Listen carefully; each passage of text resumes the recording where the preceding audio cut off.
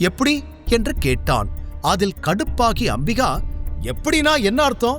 நீ அவனுக்கு தேங்க்ஸ் சொல்லணும், இல்லனா அமைதியா இருக்கணும், அதானே? உன்கிட்ட அதெல்லாம் எதிர்பார்க்க முடியுமா என்று அம்பிகா பேசிக்கொண்டே போக சர்வாவிற்கு என்னவோ போல் ஆனது. அவன்தான் அடியாட்களோடு சண்டையிட்டு வேதிகாவை காப்பாற்றினான். ஆனால் மிகவும் சுலபமாக பிரவீன் அதற்கான கிரெடிட்ஸ் அனைத்தையும் எடுத்துக்கொள்வது போல தோன்றியது. சர்வா பதில் பேசுவதற்குள், அப்புறம் இவர்தான் இந்த வீட்டோட மாப்பிள்ளையாக போறாரு, புரியுதா என்று அம்பிகா கூற, மாப்பிள்ளையா? உங்களுக்கு ஒரே ஒரு பொண்ணு தானே இருக்கா? இன்னொரு பொண்ணு ஏதாவது இருக்காங்களா என்று சர்வா நிஜமாகவே சந்தேகத்தோடு கேட்டான். ஏ முட்டாள், மாப்பிள்ளைன்னு சொன்னது என்னோட ஒரே பொண்ணுக்கு தான். என் பொண்ணு வேதிகாவை இவருக்கு கல்யாணம் பண்ணி கொடுக்க போறேன் என்று அம்பிகா சொல்லிக்கொண்டே போக அதை கேட்டு புன்னகைத்து சிரித்த பிரவீன் ஹாய் என்று சர்வாவிடம் கை நீட்டினான். சர்வாவிற்கு எரிச்சல் வந்தபோதும் அவனோடு ஹேண்ட் ஷேக் செய்து கொண்டான். Nice meeting you. நீங்க யாருன்னு எனக்கு தெரியாது, ஆனா நான் யாருன்னு நீங்க தெரிஞ்சுக்கணும் இல்ல? எனக்கும் வேதிகாவுக்கும் ஏற்கனவே கல்யாணம் ஆயிடுச்சு. நான் அவளோட ஹஸ்பண்ட் என்று தன்னை அறிமுகம் செய்து கொண்டான். இன்னொரு புறம் பிரவீனின் கைகளை நசுக்கி இருக்க அவனுக்கு வலி எடுக்க ஆரம்பித்திருந்தது. அதை கவனித்து வேகமாக குறுக்கே வந்து கைகளை பிரித்துவிட்ட அம்பிகா, என்னடா பண்ணிக்கிட்டு இருக்க? உனக்கு சண்டை போடணும்னா ரோட்ல போய் யார் கூடயாவது சண்டை போடு. இந்த வீட்டு மாப்பிள்ளை மேல கை வச்ச சும்மா இருக்க மாட்டேன் என்று கோபமாக கூற, அதெல்லாம் இருக்கட்டும் ஆண்டி, ஆனா உங்களுக்கு ஒரு விஷயம் மறந்து போச்சா? உங்க பொண்ணுக்கு ஏற்கனவே கல்யாணம் ஆயிடுச்சு. நான் தான் அவளோட புருஷன். அவளுக்கு இன்னொரு கல்யாணம் பண்றதை பத்தி என் முன்னாடியே பேசிக்கிட்டு இருக்கீங்க என்று சர்வா இப்போது தெளிவாக கேட்க, நீதான் அப்படி நினைச்சுக்கிட்டு இருக்க?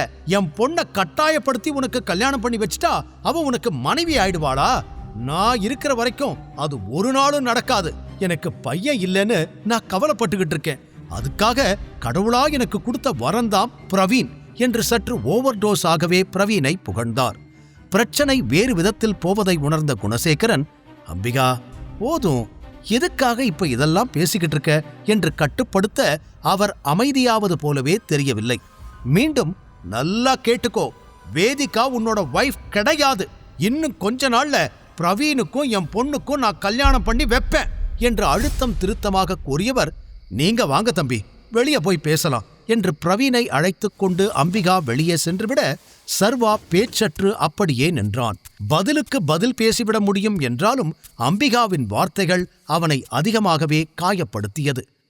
சர்வாவின் முகத்தை பார்த்த குணசேகரன் அவன் அருகில் வந்து, இங்க பாருப்பா, அம்பிகா அளவுக்கு நான் உன்னை வெறுக்கல. என் பொண்ணை நீ நல்லா பார்த்துப்பேன்னு எனக்கு கொஞ்சம் நம்பிக்கை இருந்துச்சு. ஆனா இன்னைக்கு அந்த நம்பிக்கையையும் நீ கெடுத்துட்ட. நீ அவளை பார்த்திருக்க, ஆனா அவளுக்கு ஹெல்ப் பண்ணாம போயிட்ட. அவளுக்கு ஏதாவது ஆகியிருந்தா என்ன பண்றது என்று குணசேகரன் வருத்தத்துடன் கேட்க, அப்போதுதான் சர்வாவிற்கு விஷயம் முழுதாக புரிந்தது. அங்கிள், நீங்க நினைக்கிற மாதிரி இல்ல, அங்க என்ன நடந்துச்சுன்னா என்று சர்வா விளக்கம் சொல்ல வர, காரணம் எல்லாம் எனக்கு வேண்டாம், நான் ஒத்துக்கிறேன். அங்க 2-3 பேர் இருந்திருப்பாங்க, உன்னால தனியா சமாளிக்க முடியாதுன்னு. ஆனா நீ முயற்சி கூட பண்ணாம அங்கிருந்து ஓடி போயிருக்க. என் பொண்ணு இடத்துல இருந்து யோசிச்சு பாரு, அவ எப்படி உன்னை நம்புவா? இப்ப இங்க வந்து நான் தான் புருஷன் சொல்லிக்கிட்டு இருக்க என்று அவர் பேசிக்கொண்டே போக, ஐயோ அங்கிள் நிறுத்துங்க, நான் அங்கிருந்து ஓடி போயிட்டேன்னு யார் சொன்னா? உங்க பொண்ணை காப்பாத்துனதே நான் தான் என்று சர்வா கோபத்தில் கத்திவிட, இங்க பாரு, நானும் பொறுமையா பேசணும்னு நினைச்சுக்கிட்டு இருக்கேன். என்கிட்ட பொய் சொல்லாத, அப்புறம் நான் என்ன பண்ணுவேன்னு எனக்கே தெரியாது என்று பதிலுக்கு குணசேகரன் கத்திவிட்டு அங்கிருந்து நகர சர்வாவிற்கு ஒன்றுமே புரியவில்லை. என்னடா இது, இந்த வீட்ல எல்லாரும் ஒரே மாதிரி இருக்காங்க, ஏன் யாருமே நான் சொல்றத நம்ப மாட்டாங்க? அந்த அளவுக்கு அந்த பிரவீன் கதை சொல்லி இருக்கான், அவனை நான் சும்மா விட மாட்டேன் என்று மனதிற்குள் நினைத்தவன் பிரவீனை பழிவாங்க வேண்டும் என முடிவெடுத்தான். அதே கோபத்தில் வேகமாக வேதிகாவின் அறைக்குள் நுழைந்தவன் அங்கு நன்றாக உறங்கிக் கொண்டிருந்த அவளை பார்த்ததும் அவனது கோபம் அப்படியே கரைந்து போனது. உறக்கத்தில் பார்க்க மிகவும் அழகாக தெரிந்தாள். அதில் ஒரு ஓரமாக அமர்ந்தவன் அவளை தொந்தரவு செய்யாமல் வெகுநேரம் அவளை பார்த்து கொண்டிருந்தான். எப்போதையும் விட அந்த இரவு இனிமையாக மாற அப்படியே உறங்கிப் போனான் சர்வா. பிறகு எப்படி அங்கே உறங்கினான் என்று அவனுக்கே நினைவில்லை. ஆனால் காலையில் எப்பொழுதும் போல எழுந்த வேதிகா தனது அருகில் சர்வா இருப்பதை பார்த்து அதிர்ச்சியடைந்து ஹா என்று அலறியபடி அவனை எட்டி உதைத்தாள். தூக்கத்திலிருந்த சர்வா உருண்டு கீழே விழுந்தான். அவனுக்கும் என்ன நடந்தது என்று புரியவே சில நொடியானது. தலையை தேய்த்துக் கொண்டே எழுந்து அமர்ந்தவன் வேதிகாவை பார்க்க அவளோ பெண் சிங்கம் போல உருமிக் கொண்டிருந்தாள். எவ்வளோ தைரியம் இருந்தா ஏன் ரூமுக்கு வந்து ஏன் பெட்ல படுத்து தூங்கி இருப்ப? உன்னை யார் உள்ள விட்டது என்று அவள் கத்திக் கொண்டிருக்க தன் முதுகில் ஏற்பட்ட லேசான காயத்தை மசாஜ் செய்தபடி நிமிர்ந்து பார்த்தவன், அதுக்காக இப்படியா உதப்ப? படக்கூடாத இடத்துல பட்டிருந்தா என்னத்துக்கு ஆகிறது என்று சோம்பல் முறித்தபடி பதில் கேள்வி கேட்டான். நான் கேட்டதுக்கு முதல்ல பதில் சொல்லு. ஏன் ரூமுக்குள்ள வர உனக்கு யார் ரைட்ஸ் கொடுத்தது? உன்னை பார்க்க எனக்கு பத்திக்கிட்டு தான் வருது. வெளியே போ முதல்ல என்று கோபத்தை அடக்க முடியாமல் முகம் சிவக்க கத்தினாள். அவளை நிதானமாக பார்த்த சர்வா, நான் உன்னோட ஹஸ்பண்ட், மறந்துட்டியா? அப்புறம் இங்க தூங்காம வேற எங்க போய் தூங்குறது என்று பதில் கூறுவதாக அவளை இன்னும் எரிச்சலாக்கி இருக்க, ஹஸ்பண்டா? My foot! உன் கணவனு கூட அது நடக்காது. எந்த காலத்திலும் அப்படி ஒரு தப்ப நான் செய்யவே மாட்டேன். என்னோட லைஃப மொத்தமா அழிக்கிறதுக்காகவே வந்திருக்கிற எனிமி நீ. உன் மூஞ்சிய பார்க்க கூட எனக்கு பிடிக்கல என்று வேதிகா கோபத்தில் கத்திக்கொண்டே போக, அப்போ யார் முகத்தை பார்க்க உங்களுக்கு பிடிச்சிருக்கு? நேத்து வந்தானே அந்த லேம்ப் போஸ்ட், அவனதான் ரொம்ப பிடிச்சிருக்கோ என்று வேண்டுமென்றே கேட்டான் சர்வா. ஏற்கனவே அவன் அந்த ரூமிற்கு வந்ததில் எரிச்சலோடு இருந்தவள் இப்போது பிரவீனை பற்றி அவன் பேசியதில் இன்னும் கடுப்பானாள். ஏய், மைண்ட் யுவர் வேர்ட்ஸ். பிரவீனை பத்தி பேச உனக்கு எந்த தகுதியும் இல்லை. உன்னோட கம்பேர் பண்ணும்போது பிரவீன் 1000 மடங்கு பெட்டர் என்று எச்சரிப்பது போல கூறி தனது இடத்திலிருந்து எழுந்தவள் பாத்ரூம் நோக்கிச் செல்ல, ஒரு நிமிஷம் என்று அவளை தடுத்தான் சர்வா. அதில் திரும்பி பார்க்காமல் அப்படியே நின்றாள். நேத்து விக்ரமன் சார் ஆபீஸ்க்கு போனியே, என்னாச்சு? அவர்கிட்ட இருந்து ஹெல்ப் கிடைச்சதா என்று கேட்டான். அந்த கேள்வியை எதிர்பார்க்காமல் ஒரு நொடி தடுமாறிய வேதிகா அவனை திரும்பி பார்த்தாள். நான் தான் அப்பவே சொன்னேன்ல, என்னால உனக்கு ஹெல்ப் பண்ண முடியும்.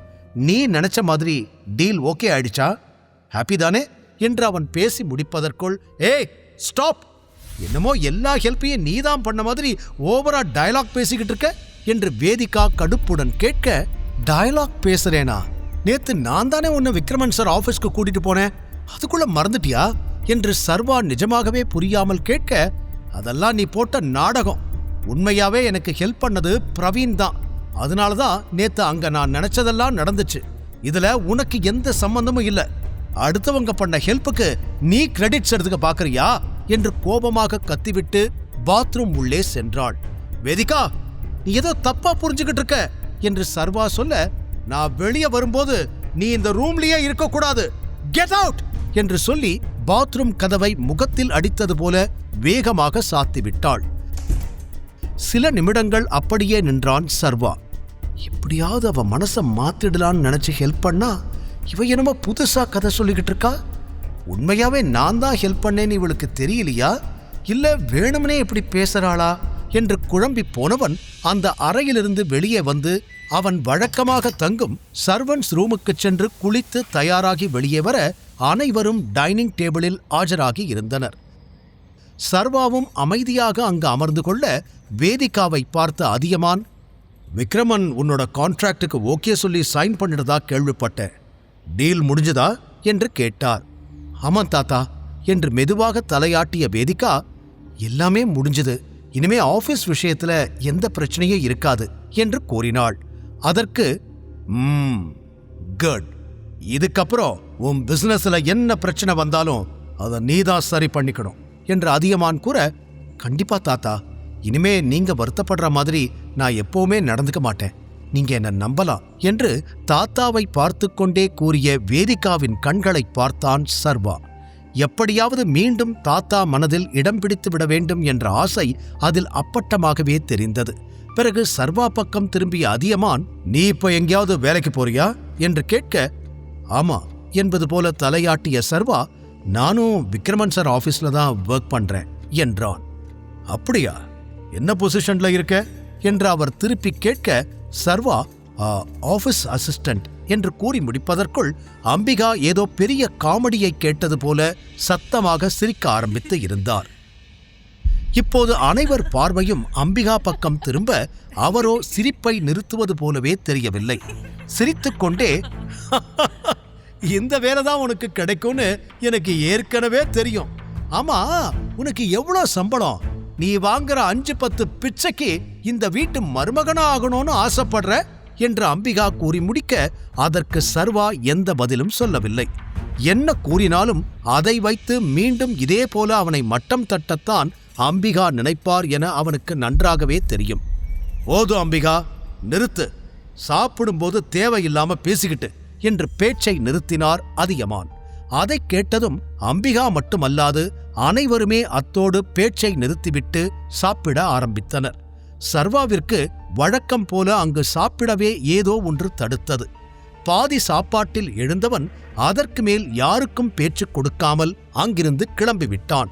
நான் நினைச்சா இந்த வீடு மாதிரி இன்னும் 1000 வீடு வாங்க முடியும். ஆனா இப்ப அதை என்னால பண்ண முடியாது. அந்த ஒரே காரணத்துக்காகத்தான் அமைதியா இருக்கேன் என்று தன்னைத்தானே சமாதானம் செய்து கொண்டவன் நேராக ஆபீஸுக்கு வந்து தனது கேபினில் அமர்ந்து வேலைகளை ஆரம்பித்து இருந்தான். அப்போது கீர்த்தனா கோபமாக கதவை திறந்து உள்ளே வர நிமிர்ந்து பார்த்தான் சர்வா. என்ன இதெல்லாம்? உன் வேலையை கூட ஒழுங்கா பண்ண மாட்டியா என்று தான் கொண்டு வந்த ஃபைலை சர்வாவின் முன்னால் வீச அவன் பதிலே பேசவில்லை. அதில் இன்னும் கோபமான கீர்த்தனா, உன்கிட்ட தான் பேசிக்கிட்டு இருக்கேன் என்றவள் கத்த, பேசல, கத்திக்கிட்டு இருக்கேன்னு சொல்லு என்று அவளை திருத்த இன்னும் முறைத்தாள். ஓஹோ, சாருக்கு மரியாதை தான் ரொம்ப குறைச்சலா இருக்கா?